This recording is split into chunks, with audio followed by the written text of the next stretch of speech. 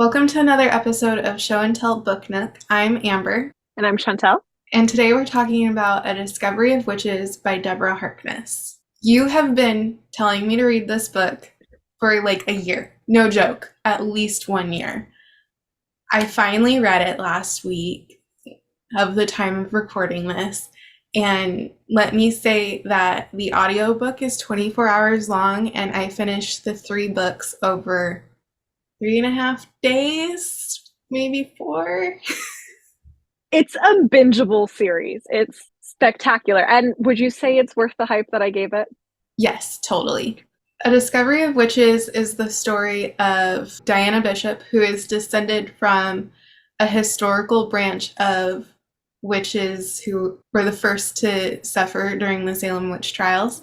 And in the course of her childhood trauma and growing up, she tried to suppress her magic and deny that part of her being and focus solely on her research and academic life, which brought her to Oxford studying the history of science or alchemy, and requested a text to study as part of her keystone or whatever. It happened to be cursed, and it kind of triggered this entire adventure for her that included meeting Matthew, who is a vampire dating like 1500 years. Witches, vampires, and demons exist in this world, and they're not supposed to intermingle with each other. Like, they're not supposed to socialize with each other. They're not supposed to date each other or anything like that.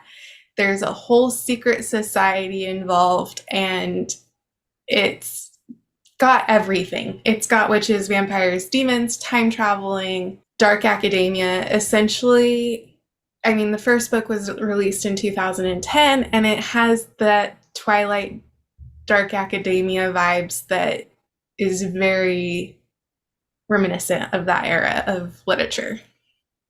Quite frankly, it is dark academia plus adult Twilight. I liked it better than Twilight, which might just be because years after the whole Twilight phase and fandom, we've kind of realized that had a lot of hype to it.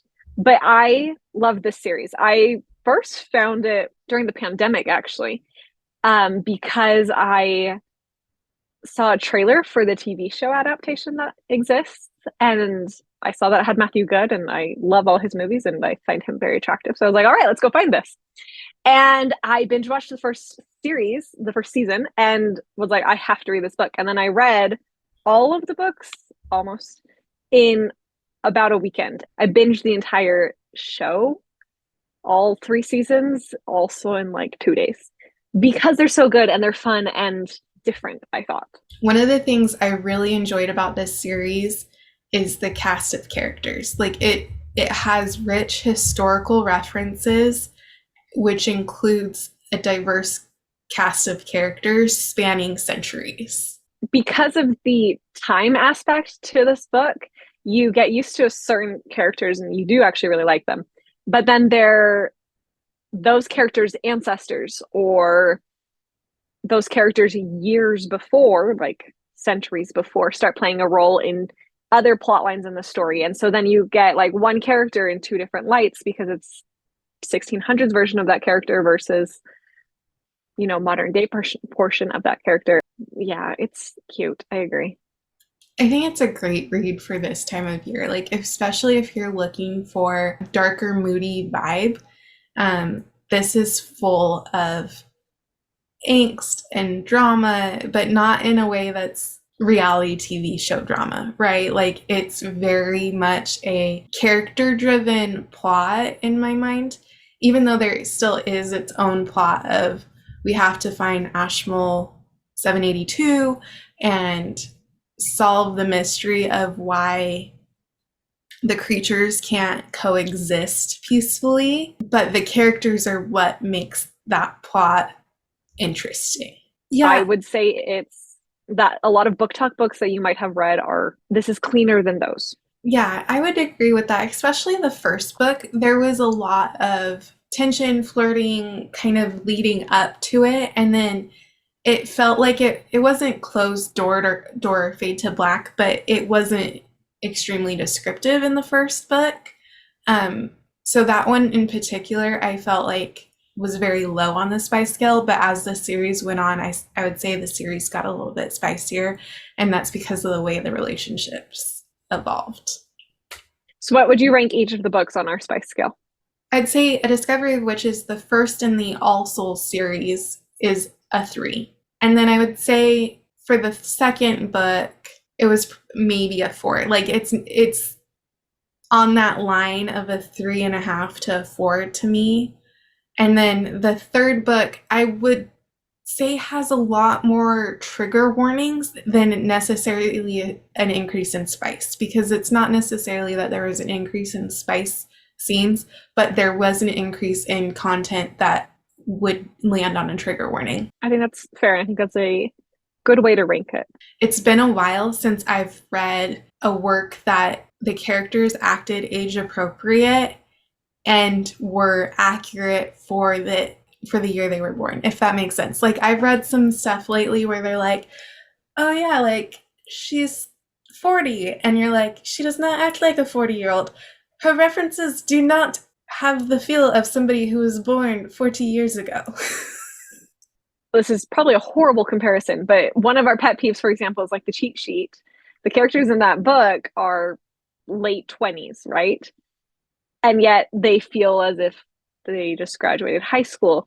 And the characters in the All Souls trilogy, she's like 35, 30 to 35-ish. And obviously Matthew is a vampire, so he's like a bazillion years old. But he's roughly supposed to be that age too. And they just felt realistic to the age of the characters that they're supposed to be portraying. And I really loved that all of the characters were true and accurate to how you would think someone that age would act, as opposed to a lot of books, you're right, especially nowadays, they say they're 32 and yet you're kind of like, are you really though? Like, I don't know about that. Let's also take a moment and talk about the effort and research that was put into the historical nature of it, specifically in the second book, because we're going to do this without spoilers, but they end up going back in time, like Shakespearean England time period. And during part of this, Diana is, wandering the streets. When she was writing this, like she made you feel, one, as if you were actually there roaming with her, but two, she did a lot of research into making it historically accurate. So, in all fairness, Deborah Harkness is a historian by trade. So, well, there's a reason for that. It's one of those books that if you like Europe and you want to visit a lot of places, this series will check off a ton of those boxes for you. It just is a timeless series, and the romance in particular I loved. The story, I liked the different take on magic and witches because they focused instead on more the alchemy side of it. And I think it's something that is often missing in a lot of the paranormal fantasy kind of books. Instead of making it be like, oh, just imagine anything that doesn't make sense, we're just going to brush under the rug. This one was like, okay, here's how it would exist if it were real. If any fantasy was going to cross or blur the line of realism and fantasy, Percy Jackson is one that I think does that well. All Souls Trilogy, I would put up there as well. I kind of wish in some way this was the world we lived in. I'm thinking about The Hunger Games. The Hunger Games is a classic. One of the reasons it's held up for a classic is because it challenges you to rethink about politics, classism, these different dynamics that exist in our world that hold people back, right? And I think Deborah Harkness did that in a less heavy-handed way. She addressed racism, she addressed classism, she addressed these themes that are very prevalent in classic literature in a way that was easily digestible and not in your face. We would highly recommend you read the All Souls trilogy. If maybe you don't have time to read the All Souls trilogy, I 100% 5 stars recommend the adaptation. I loved it. If you feel that way now, Amber, about wanting it slightly to be real, talk to me once you've watched the series because I'm probably going to rewatch it just in time for spooky season. It was spectacular, and they did an excellent job of bringing what is on the page to real life. It is probably one of the best adaptations I have ever seen.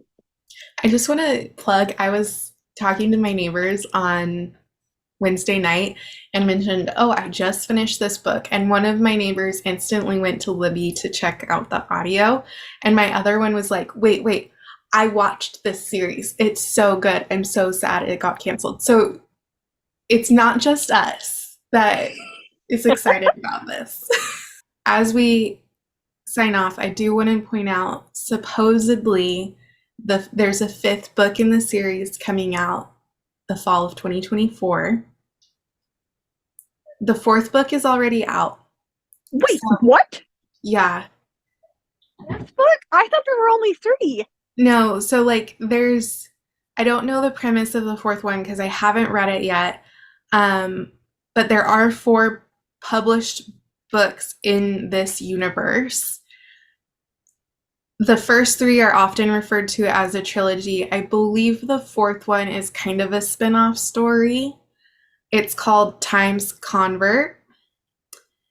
And there is currently a working title for number 5. What? Okay, well, looks like I've got some books to read. I did not know this. So I think book 4 is more focused on Marcus's story. So just Makes me happy. drop that little nugget in there for those of you who maybe haven't revisited the series in a while. Catch me going and adding this to my Libby right now. Well, thank you for joining in for this episode. As always, please like, share, comment, let us know what you think of these books and this universe, and recommend some other spooky reads in the comments. We'll see you next time. Bye. Okay. My mind is seriously blown.